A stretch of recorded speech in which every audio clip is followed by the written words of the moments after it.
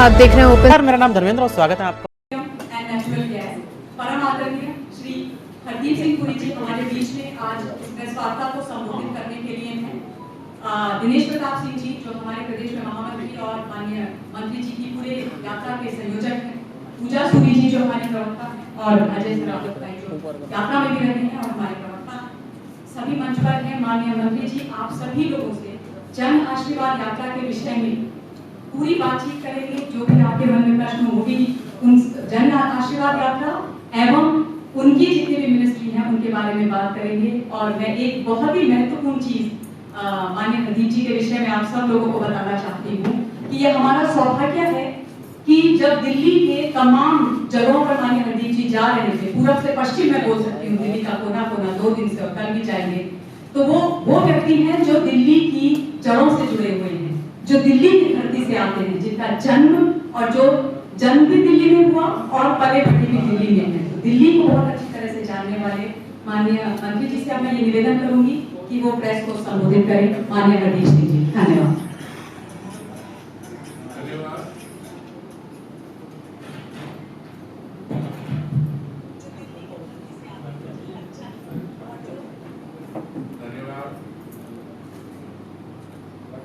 आप सबने अपना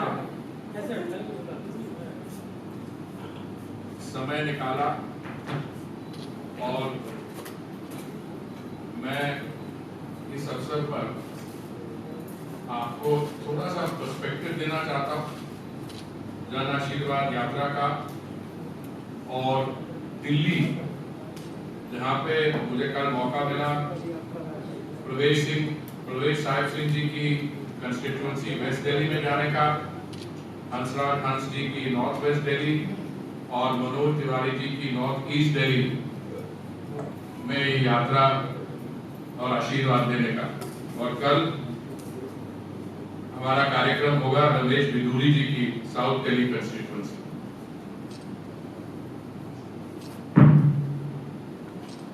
अभी स्पोक्स पर्सन जी ने कहा कि मैं दिल्ली के साथ जुड़ा हुआ हूं। मेरी पैदाइश दिल्ली में हुई थी 1952 में और मेरी स्कूलिंग, यूनिवर्सिटी एजुकेशन दिल्ली में हुई। और कोई अगर विश्व भर में कोई ऐसा शहर है जिसको मैं अपना कह सकता हूं तो वो दिल्ली है। पर दिल्ली में क्या स्थिति थी और क्या स्थिति आज है उस पर मैं आपको 2-3 मिनट लगाऊंगा। और कल की जन आशीर्वाद यात्रा की मोटिवेशन क्या थी उसके बारे 1-2 सबमिशंस करूंगा आपको। 7 जुलाई 2021 को जब माननीय प्रधानमंत्री जी ने अपने केंद्रीय मंत्रिमंडल की एक्सपेंशन की, कुछ नए मंत्री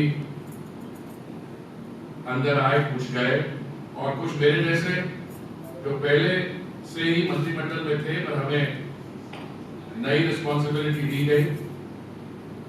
प्रधानमंत्री जी ने पिछले मॉनसून सेशन के दौरान चाहा कि वो अपने नए मंत्रिमंडल के साथियों का परिचय करवाएं, पर मॉनसून सेशन में जो हुआ वो तो आप सबने देखा ही होगा। हमारे जो विपक्षी दल में हमारे साथी हैं वो चाहते नहीं थे कि पार्लियामेंट रन कर सके। हमने फिर भी कोशिश की, हमने अपनी तरफ से कई बिल पास करवाए और हम तो तैयार थे सभी विषयों पे चर्चा करने के, कोविड पे और विषयों पे। और वो चर्चा कभी मांगते थे और जब चर्चा शुरू होती थी तो डिस्ट्रप्शन कर देते थे। पर उस चीज में मैं नहीं पढ़ना चाहता। जन आशीर्वाद लेने के लिए कौन गए, नए मंत्रिमंडल में कौन लोग हैं, इसमें से 27 ओबीसी रिप्रेजेंटेटिव्स, 12 महिलाएं और 11 SC ST। मैं समझता हूं कि भारत के इतिहास में ये पहली बार ये ऐसा हुआ कि माननीय प्रधानमंत्री जी ने अपने मंत्रिमंडल में इतनी बड़ी संख्या में ओबीसी, एससी, एसटी महिलाओं की रिप्रेजेंटेशन करवाई। और जो कल हमें प्यार मिला, आशीर्वाद तो जनता का मिला, आप मेरे मुंह से क्यों सुनना चाहते हो? जो कल 3 कंस्टिट्यूएंसीज में मैं गया, या जो मेरे साथी हैं, मेरे एमओएस हैं, वो यूपी में हैं, उनसे मुझे फीडबैक मिला, और बाकी मंत्रिमंडल से भी। मैं समझता हूं कि ये जो आशीर्वाद मिला है, ये सिर्फ नए मंत्रियों को नहीं मिला, ये माननीय प्रधानमंत्री जी की जो योजनाएं हैं उनकी लिए आशीर्वाद मिला है। तो मैं दिल्ली के बारे में कुछ आपके सामने स्टैटिस्टिक्स रखूंगा, और जो केंद्रीय सरकार ने किया है, और आप अगर जानना चाहे कि दिल्ली सरकार ने क्या किया है तो आप मुझे बता दीजिएगा, उसकी भी हम चर्चा कर सकते हैं। पर मेरी तरफ से एजेंडा है कि केंद्रीय सरकार ने किया। देखिए, दिल्ली में 1947 में जब हमने एक नया रूप लिया as an independent nation, Delhi की जनसंख्या उस समय 8 लाख थी, और जब मेरे प्रीवियस जनरेशन, मेरे माता पिता और लोग रेफ्यूजी बन के दिल्ली आए, तो 1922 1950-52 तक ये दिल्ली की पॉपुलेशन बढ़ के 8 लाख से 22 लाख हो गई, क्योंकि रेफ्यूजी लोग आए। अगर आप आज दिल्ली की, अगर आप सेंसस मान लीजिए तो होने वाला है, जब भी सेंसस होगा, मैं समझता हूं दिल्ली की जनसंख्या 2 करोड़ से के आसपास होगी, हो सकता है तो 2 करोड़ से अधिक भी हो। कल में हमारा जो कल की यात्रा का ग्रैंड फिनाले था, वो मनोज जी की कंस्टिट्यूएंसी बुरारी, वहां पे था। बुरारी एक एमएलए कंस्टिट्यूएंसी है। आपको क्या लगता है, आपको जानकारी है कि बुरारी की जनसंख्या क्या है एक एमएलए कंस्टिट्यूएंसी की? 6 लाख। जो दिल्ली की जनसंख्या 1947 में ठीक करीबन उतनी है, क्योंकि बुरारी के साथ साथ एरिया ले लो तो 8 लाख भी बन जाएगी। और जमीन तो दिल्ली की इंक्रीज नहीं हुई। मुझे याद है मेरी पैदाश हुई थी दरियागंज में, फिर उस समय इतने आवास होते नहीं थे। मेरे पेरेंट्स रहे सफदरजंग एयरपोर्ट, तो दिल्ली का बॉर्डर माना जाता था, उसके आगे कोई आबादी थी नहीं।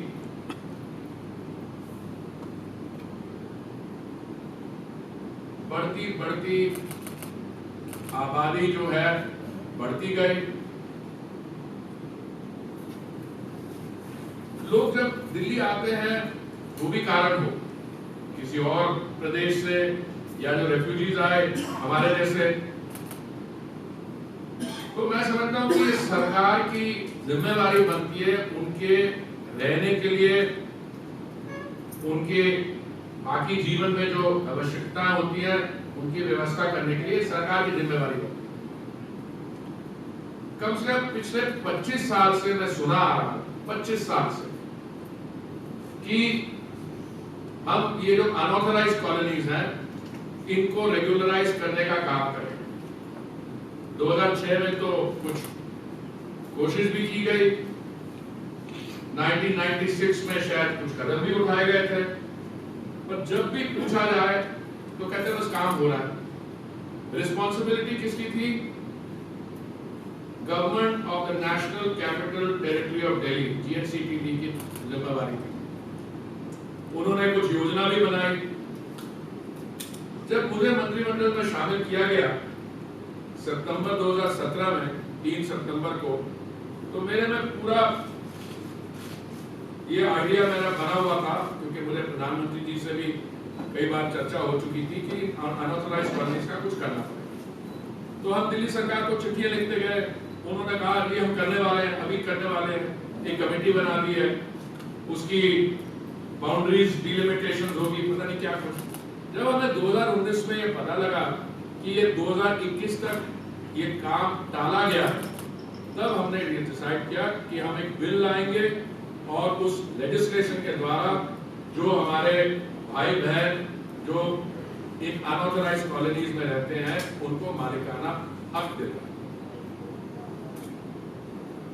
मैं आपके सामने से यही कहना चाहता हूं कि ये अनऑथराइज्ड शब्द जो है ना, ये भी अच्छा नहीं है, क्योंकि आप मान लीजिए कहीं रह रहे हैं और वो इलीगल है तो आप पे स्टिग्मा लगता है, एक कलंक लगता है, और हम शुरू से कह रहे हैं कि इस कलंक को मिटाया जाए। और कल जो हमारी जनसभा हुई उसमें भी यही नैरेटिव था कि हमने ये कलंक हटाया। अब मैं आपको सामने कुछ आंकड़े रखना चाहता हूं और शुरुआत में करता हूं 2019 अक्टूबर को।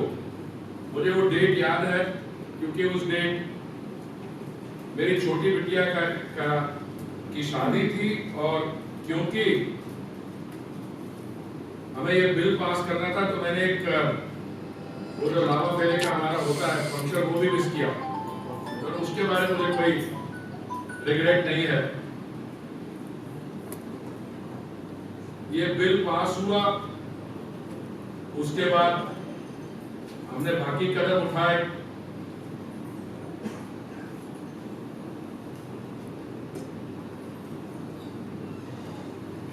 उससे पहले लेफ्टिनेंट गवर्नर साहब ने एक कमेटी बनाई थी जिसने जून 2019 में एक रिपोर्ट दी थी, और हमने ये लेजिस्लेशन पास की अक्टूबर में।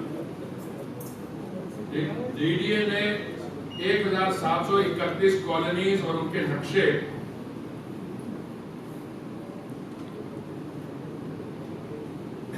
बनाए, जिसमें से 1500 कॉलोनीज के नक्शे अपलोड हुए पोर्टल पे। 16 अगस्त तक, आज हुए 18, परसों तक 4,25,834 एप्लीकेंट्स ने रजिस्टर किया था। 4,25,834।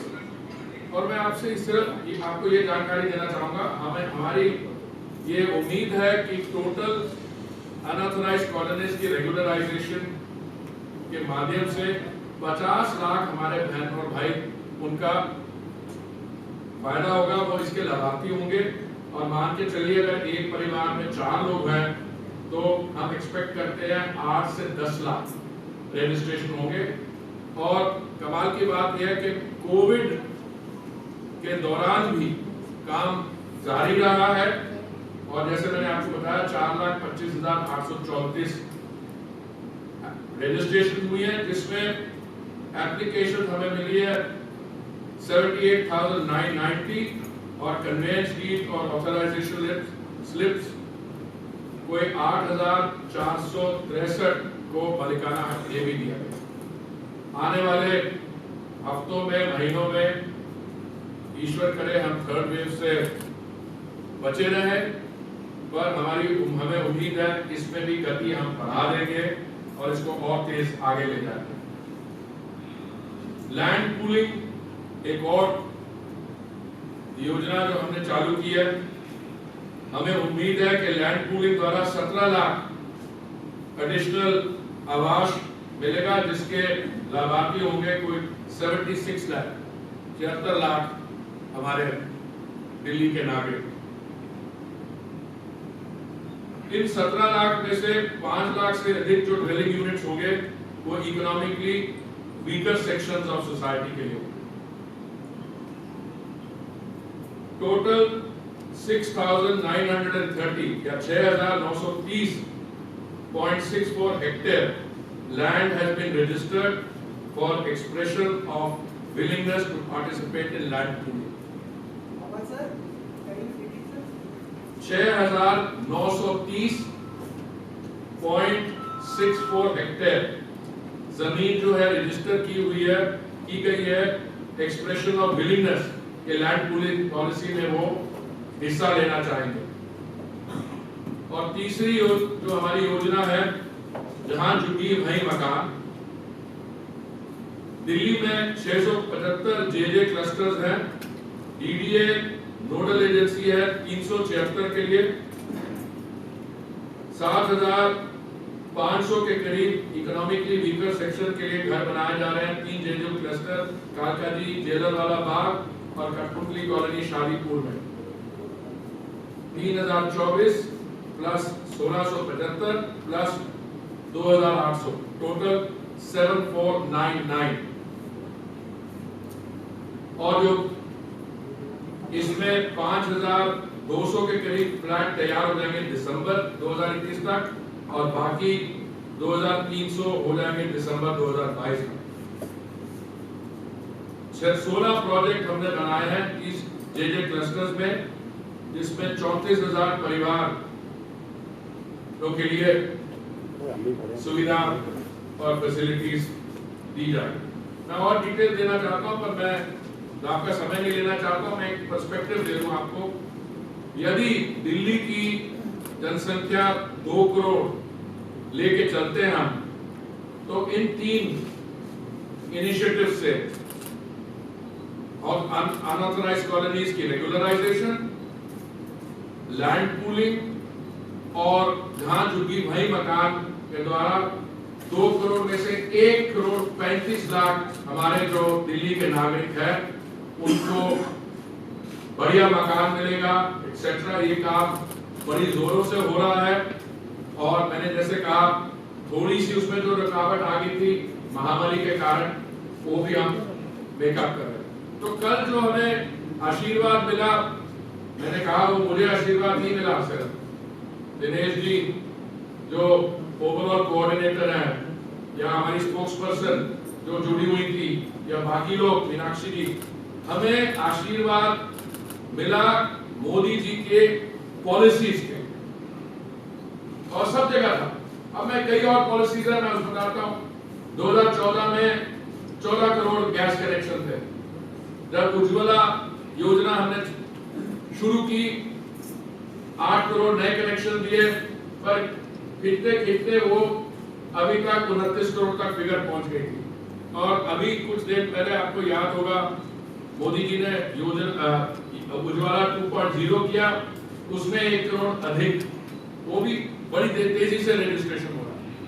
प्रधानमंत्री आवास योजना में मोदी जी ने कहा था कि मेरा सपना है कि 2022 तक हर एक भारत के नागरिक जहां पे भी रहते हो उनके सर के ऊपर एक पक्की छत, पक्का मकान जिसमें शौचालय हो, किचन हो, गैस कनेक्शन हो।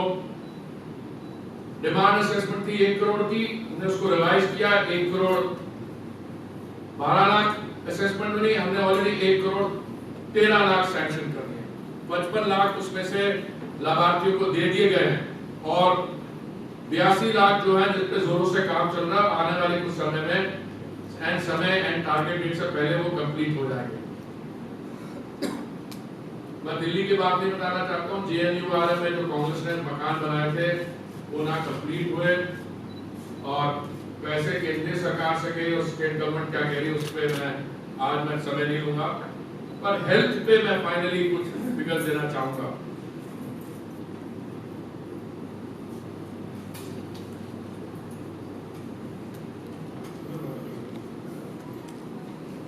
वैक्सीन पे कल तक 56 करोड़ डोजेस एडमिनिस्टर की गई थी।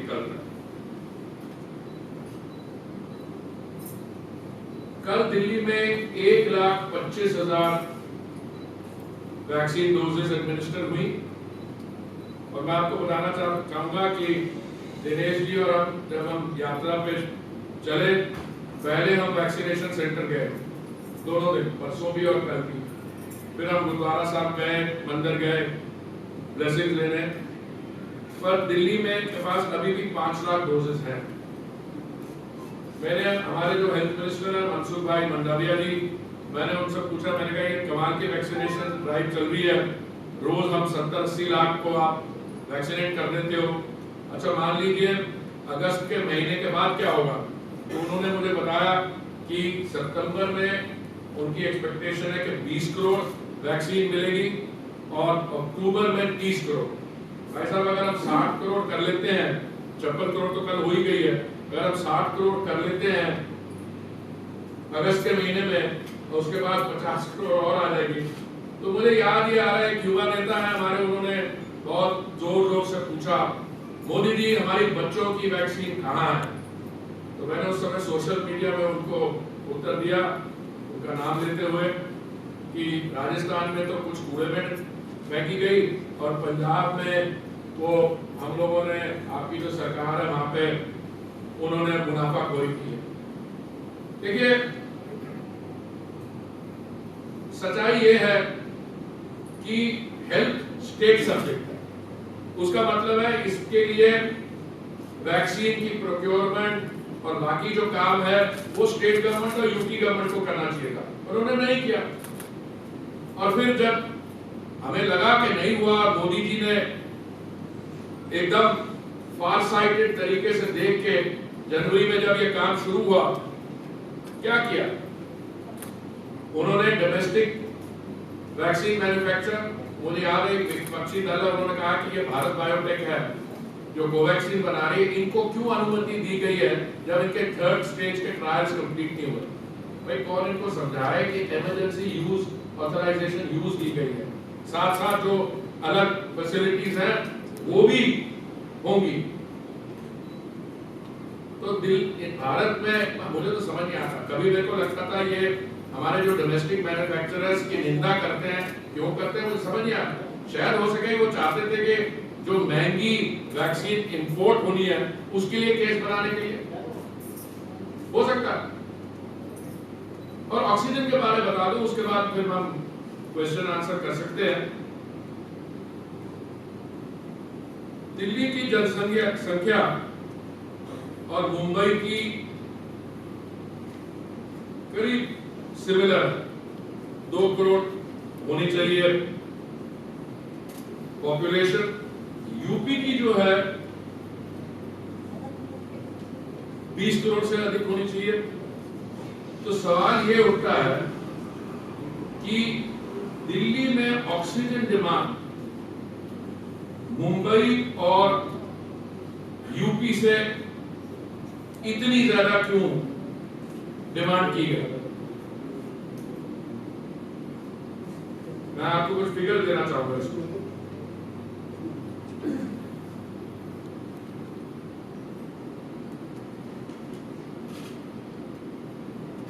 मई 2021 को दिल्ली और मुंबई में जो टोटल केसेस थे बिल्कुल बराबर के करीब थे। मुंबई में 92,000 थे और दिल्ली में 95,000।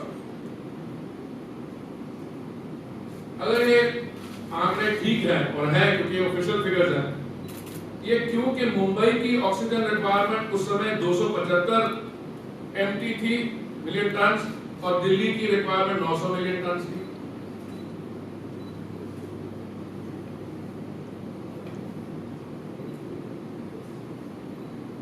Delhi with a population of 2 crores claimed that उनको 900 million ton of liquid oxygen की जरूरत है 30 अप्रैल को, जबकि उत्तर प्रदेश जिसकी पॉपुलेशन 20 करोड़ है stated that needed 800 million ton, उससे कम। इसमें दिल्ली हाई कोर्ट ने क्या कहा, सुप्रीम कोर्ट ने क्या कहा, वो सब पब्लिक रिकॉर्ड में मैं नहीं आपके सामने आपका समय लूंगा, पर अगर आपको कोई इंटरेस्ट हो तो मेरे साथ आप अलग से भी बैठ जाते हैं। मैं सिर्फ यही कहना चाहता हूँ कि इन्होंने क्लेम किया था कि हमारे पास वर्ल्ड क्लास मोहल्ला क्लिनिक्स हैं, जरूर होंगे। मैं कौन होता हूँ? मैं हेल्थ मिनिस्टर नहीं हूँ, तो मुझे ये पता, अंग्रेजी में एक कहावत है, proof of the pudding is in the eating. जब महामारी आई तो क्या हुआ? ना मोहल्ला क्लिनिक, अभी सेंट्रल गवर्नमेंट ने ये निर्णय लिया कि 1500 ऑक्सीजन प्लांट देश भर में हमने बनाए। कोई और हमारे जो पब्लिक स्पिरिटेड लोग हैं, इकोनॉमिक बॉडीज हैं, आप में से लोग जहाँ पे जरूरत है आप ऑक्सीजन प्लांट वाले। तो अभी जो स्थिति स्टेबलाइज हुई है इसमें हम चाह रहे हैं,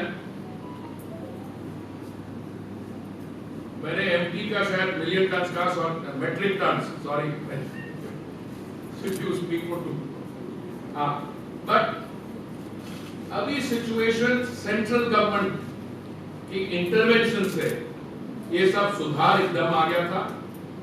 और हमने तो ये नहीं कहा था कि आप प्रोक्योर नहीं करिए, पर उन्होंने प्रोक्योरमेंट करने की कोशिश की, ग्लोबल टेंडर फ्लोट किया, जब उसका रिस्पांस नहीं आया तो हमारे पास आ गया, तो हम भी प्रोक्योर कर रहे हैं। हम किस लिए कर रहे हैं?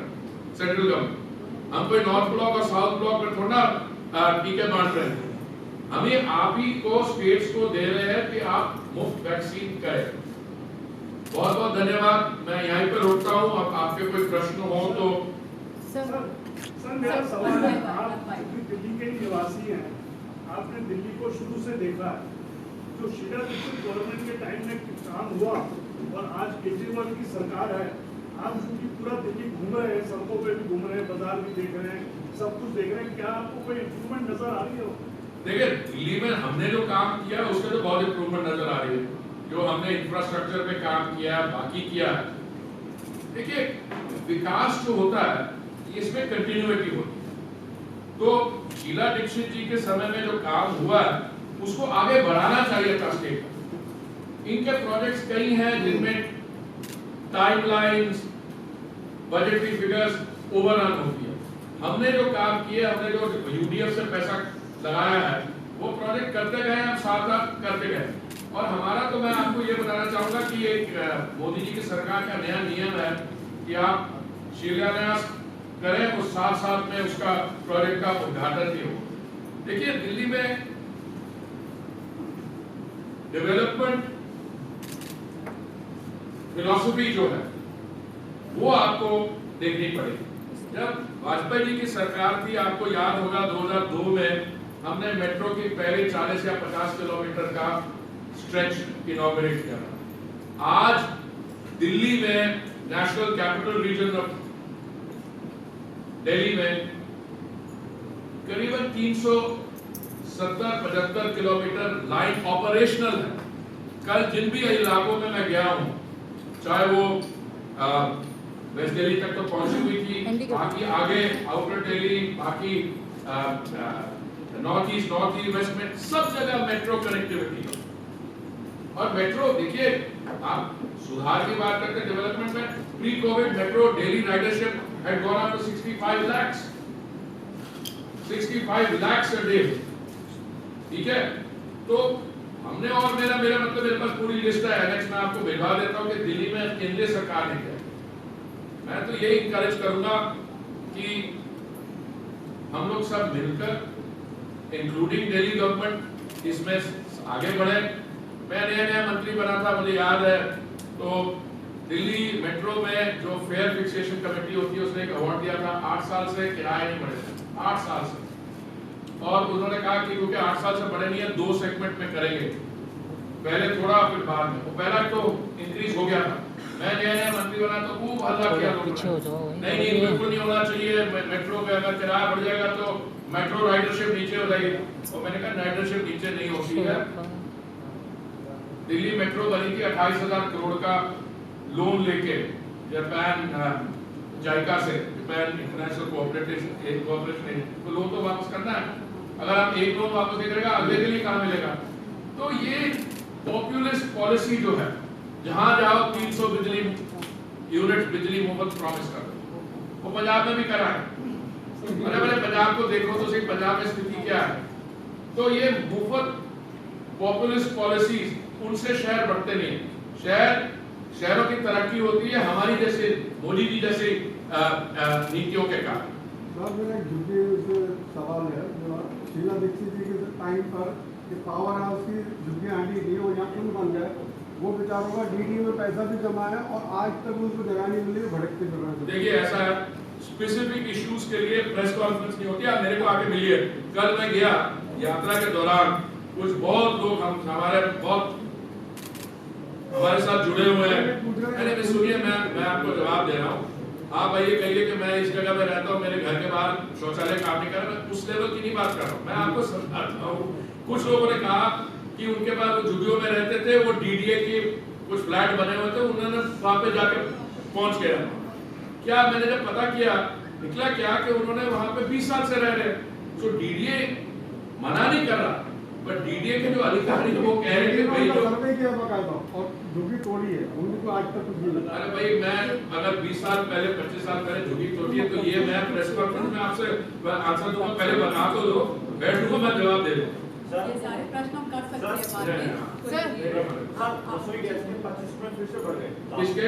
रसोई गैस। देखिए ये ऐसा है कि रसोई गैस के पैसे 25 रुपए बढ़ गए होंगे, डीजल के मैंने देखा 20 रुपए आज कम हो गए हैं। 20 पैसे 20 पैसे 20% एक आपको समझा रहा हूँ। 25 रुपए बढ़ के और 20 पैसे कम हो गए तो नहीं, क्या फर्क पड़ा? नहीं। जनता को तो और भारी पड़ गया। देखिए 20 पैसे देना आप मेरी सुन लीजिए बात, कौन पैसे बढ़ाता है कौन कम करता है सुन लीजिए। 2010 में जब कांग्रेस की सरकार थी तो पेट्रोल और डीजल के जो दाम है उन्होंने डीरेगुलेट कर। डीरेगुलेशन का मतलब ये है कि जो अंतरराष्ट्रीय दाम होगा वो उसका असर यहाँ पड़ेगा। तो जो डीजल है और हाई स्पीड और क्या मतलब पेट्रोलियम है वो वर्ल्ड प्राइसेस पे डिपेंड करता है। अब मैं बताता हूँ आपको, अप्रैल 2020 में महामारी के कारण इंटरनेशनल प्राइस तेल की $19 पर बैरल हो गई। फिर जिस दिन मैं मंत्री बना उस समय $75 पर बैरल थी। केंद्रीय सरकार जो है वो 1 लीटर पे 32 रुपए एक्साइज लगाती है, और उस 32 रुपए एक्साइज एक तरफ, स्टेट गवर्नमेंट जो है वो वैट लगाती है परसेंटेज।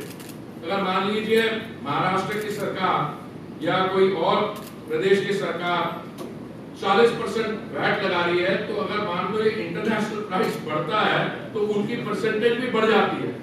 पर ये हम उस 32 रुपए जो लीटर से लेके क्या करते हैं, प्रधानमंत्री गरीब कल्याण योजना, एक वर्ष 80 करोड़ लोगों को 3 टाइम का मुफ्त अनाज दिया है।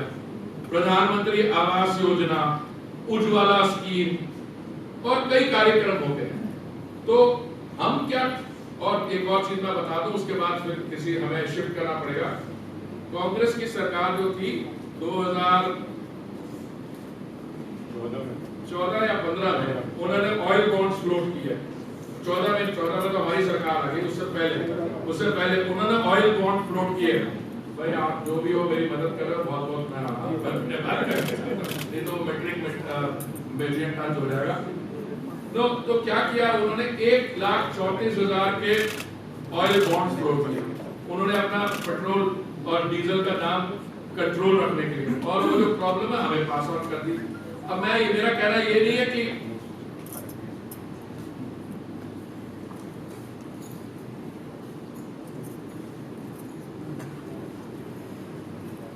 देखिए उस पेट्रोल बॉन्ड्स और ऑयल बॉन्ड्स को फ्लोट किए थे, हमें इस साल भी 20,000 करोड़ देना था। तो ये जो प्राइसेस है इसकी जो पूरी जानकारी है मैं आपके साथ बैठ के, अभी एक स्टेट गवर्नमेंट ने थोड़ा कम किया, कोई भी स्टेट गवर्नमेंट चाहे तो वो कम कर सकती है। इसका असर किस पे पड़ता है, और हमें पूरी इस विषय पे सेंसिटिविटी है, और हम अपनी तरफ से जो कदम उठा सकते हैं उठा रहे हैं। जैसे मान लीजिए ब्लेंडिंग, जब मैं राजदूत था ब्राजील में, हम लोग चाह रहे थे कि एथेनॉल बायोफ्यूल्स की ब्लेंडिंग 5% 15 स्टेट्स और यूटीज में हो। 5% के लिए हमें एथेनॉल नहीं मिलता था, आज हम 10% कर रहे हैं और करने जा रहे हैं, इसको 20% तक ले जाने जा रहे हैं। गैस हम जो है 6% से 15% ले रहे हैं। इसमें कई हम कदम उठा रहे हैं, पर मेरी उम्मीद ये है कि ये जो गैस की, डीजल की और पेट्रोल प्राइसेस है ये स्टेबल तब होंगी जब इसमें सारे जो स्टेक होल्डर्स हैं वो जो आवश्यक स्टेप्स हैं वो उठाएं। मतलब आने वाले साल में Shivsena MP Sanjay Rao has just made a statement. He is saying that Jan Ashirwad Yatra, many people fear that Jan Ashirwad Yatra is going to be a welcome meal for the third अरे madam इधर उधर हो रहे हो आप। Sanjay Raut, Shiv Sena leader Sanjay Raut.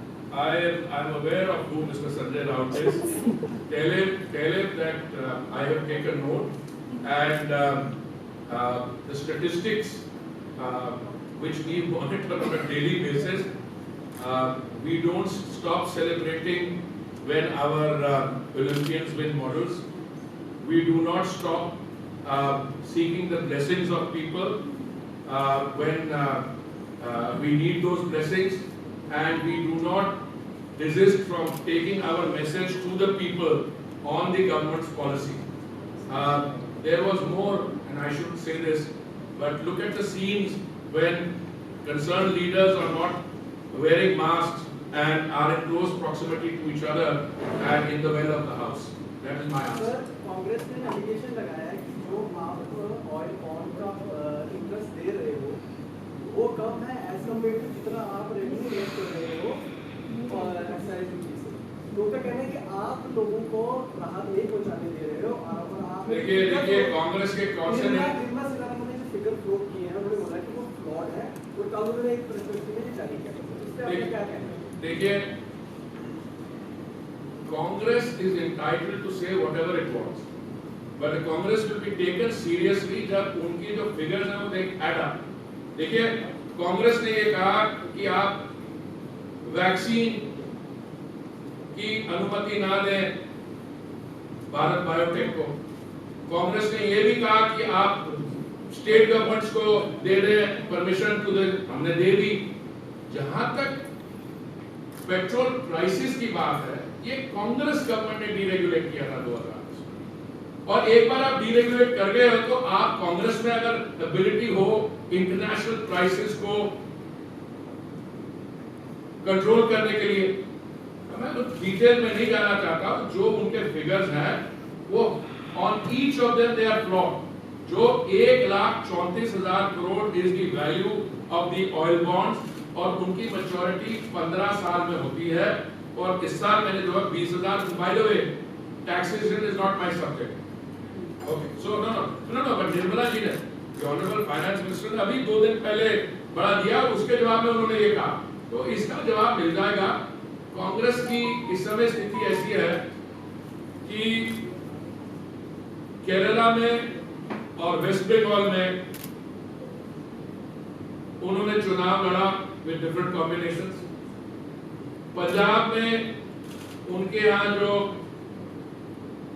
नई development हुई है उसमें सिविल वॉर हो रहा है अंदर, ओके, और आने वाले हम में पता नहीं क्या करेंगे। हाँ नहीं, वो तो all I am saying is they are a little preoccupied. So मेरा रिस्पांस ये है कि कांग्रेस प्रीऑक्युपाइड है और उनको जो मेन हमारे सामने इश्यूज हैं उन पे थोड़ा गौर करके, अब ये कहना कि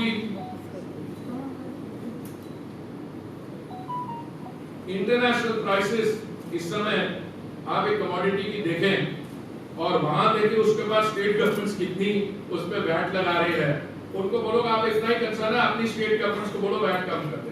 धन्यवाद। सर, अफगानिस्तान का क्योंकि अभी मैटर चल रहा है, ऐसे में ये भी खबरें आ रही है कि 306 है और बाकी जो लोग हैं हमारे विदेश मंत्रालय उस पर पूरी वो कर रही है। उससे ज्यादा मैं नहीं कहना चाहूंगा क्योंकि ये मेरा सब्जेक्ट नहीं है। विदेश मंत्रालय प्रतिदिन शायद 4 बजे ब्रीफिंग भी करते हैं, आप उनसे पूछ लीजिए। बाकी मेरे मंत्रालय के साथ जो जुड़े हुए सब्जेक्ट्स हैं आप उस पर अगर चर्चा करना चाहें तो मैं आपके साथ हूं। अरे हाथ पीछे करो मैम, उसने बोला कि अरे भैया भाई साहब बहुत आप पूछ लीजिए, फिर आप पूछ लीजिए। मेरा सवाल ओजोन के ऊपर है। जब पिछले विधायिका के इलेक्शन हुए थे तब भी वहाँ पे आपने जाके बोल दिया था कि ओजोन हो जाएगा। मनोज तिवारी जी ने भी बोला था और कई वहाँ पे जो उपस्थित कई लोगों ने बोला था, लेकिन पिछला आपका जो कार्यकाल भी समाप्त हो गया, अभी तक उसका कुछ नहीं हुआ। क्या लगता है कि इलेक्शन आने के साथ ही आपको फिर से ओजोन नहीं आता? देखिए आप जो कर रहे हैं थोड़ा सा मैं समझता हूँ कि आपका सवाल पूछना सही है। पहले आप समझिए ओजोन है क्या। दूसरी बात, हमने जो कहा था और कल भी मैंने कहा, अगर एनजीटी की तरफ से या किसी और एनवायरमेंटल की एजेंसी की तरफ से कुछ आता है तो हमें उसका पालन करना पड़ेगा, पर हम उसमें भी रास्ता निकाल रहे हैं। मैं फिर आपको दोहराना चाहता हूं, मैंने कल भी बोला कि जो रेजिडुअल प्रॉब्लम्स हैं ओजोन में, जो अनऑथराइज्ड कॉलोनीज पड़ती हैं, जो अभी एक्सक्लूड हुए हैं, उसका भी हम तरीका ढूंढ रहे हैं कैसे उसको आगे बढ़ाते हैं। सर, कॉलोनियों को नियमित करने, इसके अलावा हाउसिंग और लैंड पूलिंग, इन तीनों को लेकर कोई डेडलाइन है क्या? क्योंकि दिखता नहीं जमीन पे कुछ भी। क्या इस कॉलोनियों को नियमित करना, ये जो मुद्दे आपने दिल्ली के बताए हैं, कॉलोनियों को नियमित करना, लैंड पूलिंग और तीसरा हाउसिंग, देखिए ऐसा है, मैंने आपको बताया कि हमने ये 20 साल से चीज लड़की आ रही थी। 2019 अक्टूबर को हमने बिल पास किया और आपको भी जानकारी है, मुझे भी है कि ये जो महामारी है, जो आपका शत्रु है, विच इज द एनिमी, 25 मार्च 2020 में, मतलब 4 महीने के अंदर कोविड आ गया, तो उससे काम थोड़ा रुका है, पर उसमें भी अगर हम 8-10 लाख रजिस्ट्रेशन चाह रहे हैं तो 4.5 लाख तो हो गए।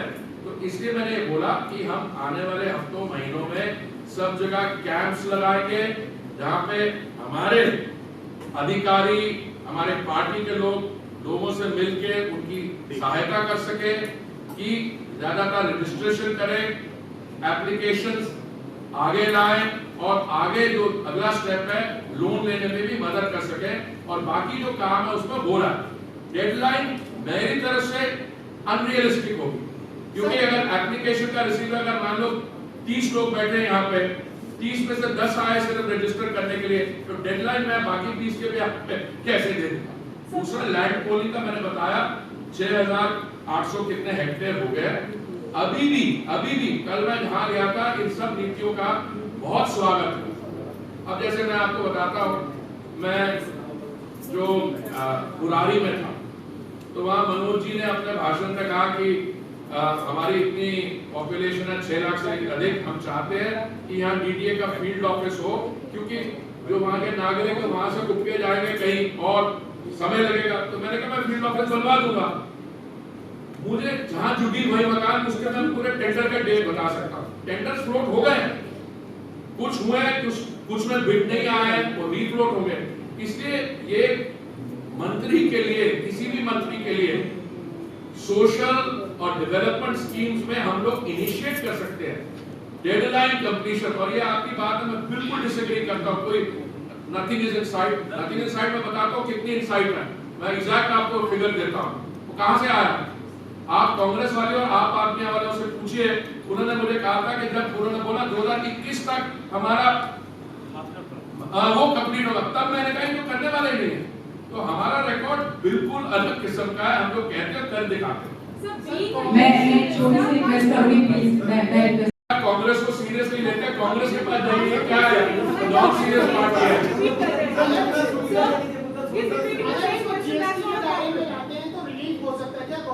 अरे भैया, कांग्रेस ने आपकी तिजोरी को खाली कर दिया था, 1,34,000 करोड़ की अपनी प्रॉब्लम आगे कर दी थी। फार्म लोन भी, जब मैं याद है, जब मैं बाहर से आया था, 70,000 करोड़ माफ कर दिए। एक किस्म की नीति ये होती है, आप करते जाओ, अगले के लिए प्रॉब्लम अगली जनरेशन की करते हैं। भैया हम उस किस्म का काम नहीं करते हैं। और आपको ये जो कांग्रेस की कैलकुलेशन है, आप हमारे प्यारे युवा नेता को रिक्वेस्ट करिए वो प्रेस कॉन्फ्रेंस करें जैसे मैं कर रहा हूँ, ठीक है। और वहां पे उनसे ये सवाल पूछिए कि ये पेट्रोल का प्राइस और डीजल का प्राइस उनको जितनी है, अगर कोई चाहिए तो मैं अपना एक्सपर्ट भेजूंगा।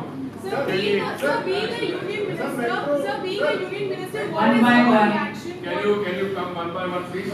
There is a gentleman there. You had a sir metro phase 4 का जो काम है वो 3 लाइनें जो पास हुई थी उसके बाद से आगे बढ़ नहीं पाया है। देखिए, मैं आपकी सहायता लेके अरविंद जी को रिक्वेस्ट करूंगा, थोड़ा सा जो बाकी उनकी तरफ से कंकरेंस आ रही है वो जल्दी करें। मैं वही कहना चाहता हूं कि अभी आशा मॉडल का भी उसमें उद्घाटन होना था, लेकिन वो उसका ऐसा है अभी जो हमने 2 करने थे ना, वो कुछ हमें जानकारी मिली है, थोड़ा सा वहाँ पे लिंक रोड पे काम रहता, इसलिए मैंने कहा कि इसको कंप्लीट करने के तो मेट्रो लाइन शुरू होगी पर उसमें कनेक्टिविटी नहीं हो पाएगी, तो उसमें प्रॉब्लम।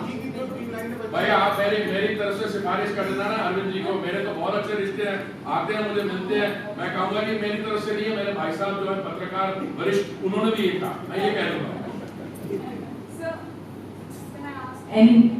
हाँ मैं सब आदेश राज हूँ डीडी न्यूज़ से। उत्तर प्रदेश में विधानसभा के चुनाव होने हैं, उसको ध्यान में रखकर यह जन आशीर्वाद यात्रा जो है वो की जा रही है, ताकि ज़्यादा से ज़्यादा। और भाई साहब जन आशीर्वाद यात्रा देश भर में की जा रही है।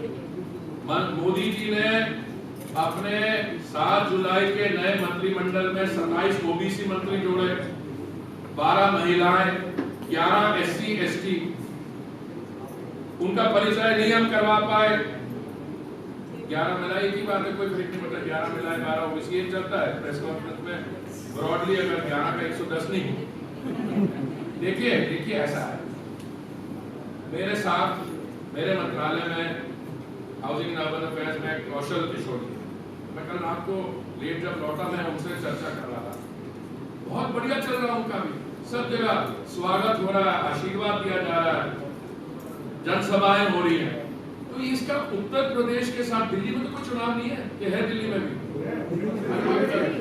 वैसे हमारी डेमोक्रेसी में 500 वर्ष सब जगह कोई ना कोई तो होता रहेगा। जब हम लोग ये अनऑथराइज्ड कॉलोनीज का बिल लाए, मैं आपको बताना चाहता हूँ, मुझसे ये क्या कहा गया कि ये 2020 की आपके चुनाव को, मैंने कहा मेरे भाई हम तो इसको 2014 से कर रहे हैं, तब आपने हमें विश्वास दिलवाया कि अभी करने जा रहे हैं 2015 में 2016 में। तो ये ऐसा होता है कि ये नीतियां जो है, अब मैं एक लास्ट आपको फिगर देता हूँ, ये हमारे भाई साहब थे, वो कांग्रेस से बहुत प्रभावित है, पता नहीं कहाँ चले गए। मैं आपको बताता हूँ, आप आगे आ जाओ। देखिए ये जो अर्बन स्पेस है, अर्बन सेक्टर है, कांग्रेस की जो सरकार थी 2004 और 14 में, इनकी सब योजनाएं मिलाकर सारी टोटल इन्होंने खर्चा किया 1,57,000 करोड़ 10 साल में। मोदी जी की सरकार जब आई मई 2014 में, हमारी योजनाएं शुरू हुई जून 2015 से लेके आज तक 6 वर्ष में हमने इसके 6.5 गुना किया, 11 लाख करोड़ से अधिक हमने काम किया। क्या किया? प्रधानमंत्री आवास योजना, उज्ज्वला, स्वच्छ भारत, स्मार्ट सिटी, मैं आपको पूरी लिस्ट दे दूंगा। और ये जो लोग कहते हैं ना ये छोटी छोटी बातें, नहीं आप इसको करें तो उसका ये हो जाएगा, पता नहीं इनका लॉजिक कहां से आता है। देखिए सरकार को भी तो अगर वेलफेयर स्कीम्स में अगर 80 करोड़ लोगों को अनाज 1 वर्ष के लिए देना, फ्री वैक्सीन देनी है, तो कहीं का रेवेन्यू सोर्स होगा। अच्छा हम तो करते हैं इन चीजों से, कुछ लोग दारू के ठेके निलाम करके कर लेते हैं। अब मैं क्या और जवाब सर एक लास्ट सवाल सर एमसीडी का चुनाव आने वाला है, एक सवाल एमसीडी के चुनाव से रिलेटेड है। अभी लगातार हम पिछले 5 सालों में जब से आम आदमी पार्टी का सेकेंड टर्म आया है, फंड का इशू बहुत बड़ा इशू बनता जा रहा है। क्या आपको लगता है कि एमसीडी को फिर से यूनाइट करने की जरूरत है? देखिए कई विषय आप देखिए, आप बड़े एक्टिव है जर्नलिज्म में, आप एकेडमिक सेक्टर में भी बड़े सुझाव आते हैं। अब दुनिया भर में हमारी जो 74th अमेंडमेंट, कई लोग कहते हैं, मैं समझता हूँ कि मेयर भी 1 साल के लिए नहीं होना चाहिए। मेयर का जैसे आप देखिए न्यूयॉर्क जैसे शहर में, वहाँ मेयर की जो टेन्योर होती है वो लॉन्ग टर्म होती है, और वो एक किस्म के सिविक इश्यूज पे सिटी पे एग्जीक्यूटिव अथॉरिटी में बहुत प्रपोजल्स हैं, चाहे एमसीडीज को मिलना चाहिए, किसी तो अंदर से आएगा ना डिसीजन। हम थोड़े ना बैठ के बाहर से इसको करेंगे, हम we can act as catalyst. But मैं समझता हूँ इस पे अलग से हमें चर्चा करनी चाहिए, और अगर थोड़ा समय होता जा रहा है, मैं 1-2 क्वेश्चन और ले सकता हूँ उसके बाद मेरी meeting. So madam, you also asked about who's stopping you?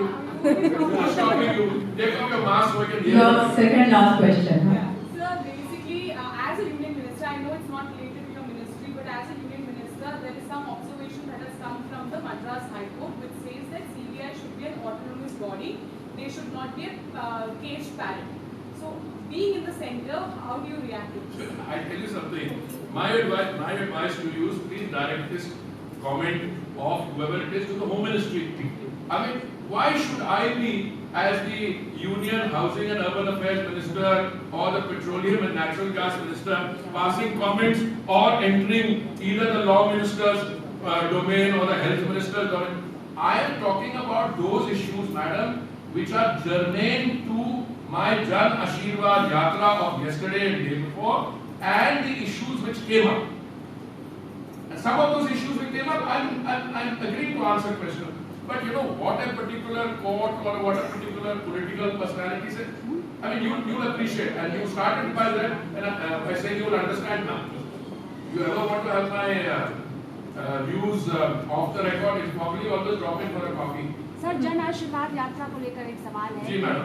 Congress कह रही है लगातार कि जन आशीर्वाद यात्रा नहीं, पश्चाताप यात्रा बीजेपी को निकालनी चाहिए, क्योंकि फिर आप कांग्रेस वाले क्यों क्या कह रहे हैं? विपक्षी पार्टी तो कह तो मैं इन चीजों को सीरियसली लेते मैं उनका रिस्पेक्ट करता हूँ। देखिए, कांग्रेस एक अच्छी नेशनल पार्टी थी जिन्होंने हमारे को इंडिपेंडेंस दिलवाने में बहुत उनकी कंट्रीब्यूशन है। 1885 में जब इंडियन नेशनल कांग्रेस एस्टैब्लिश हुई, एनी बेसेंट वकील थे, लॉयर्स थे। उसके बाद महात्मा गांधी और उनके दरार पे हमें एक मास मूवमेंट बनी। But somewhere along the way, they are losing their way. अब उसमें कई प्रॉब्लम्स हैं। आप कांग्रेस को स्टडी करेंगे तो एक G23 एंटिटी है, उसको भी स्टडी करिए। अब वो उनके आपस के उनके टेंशन पॉइंट्स हैं। इसलिए मैं कांग्रेस के बारे में कुछ नहीं कहना चाहता, पर अगर कांग्रेस में किसी ने कोई टिप्पणी दी है तो इस अनफेयर का आप मुझसे पूछें, आप उनसे पूछिए आप क्यों कह रहे हैं। धन्यवाद, बहुत बहुत धन्यवाद। Thank you very much. Vaswani से बताइए सर, जो आपकी जो यात्रा निकल रही है उसमें आपको कुछ शिकायतें भी लोगों की आती होंगी? देखिए, मेरे को आज मैंने रिपोर्ट किया अपने बारे में।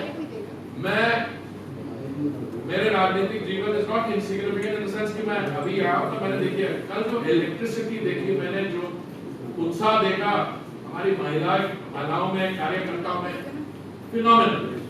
देखो, शिकायतें नहीं आती। मैंने आपको एक इंसिडेंट दिया, एक जगह हमारी यात्रा को रोका, उन्होंने बोला देखिए हम इन डीडीए घरों में 20 साल से रह रहे हैं और पहले हम झुग्गियों में थे। मैंने पता क्या, वो डीडीए नहीं करी, उनको नोटिस भेजा हुआ। कोई अधिकारी डीडीए का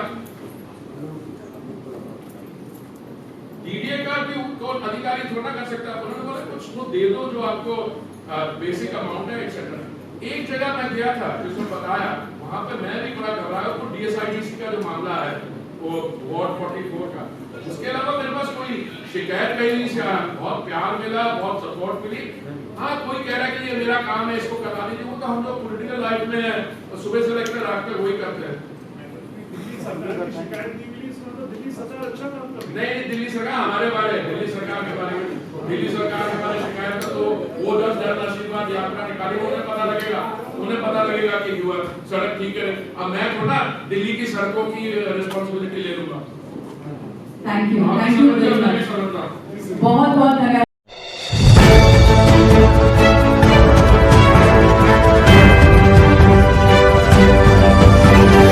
मैं पूर्वा, आप देख रहे हैं ओपन। मेरा नाम धर्मेंद्र और स्वागत है आपका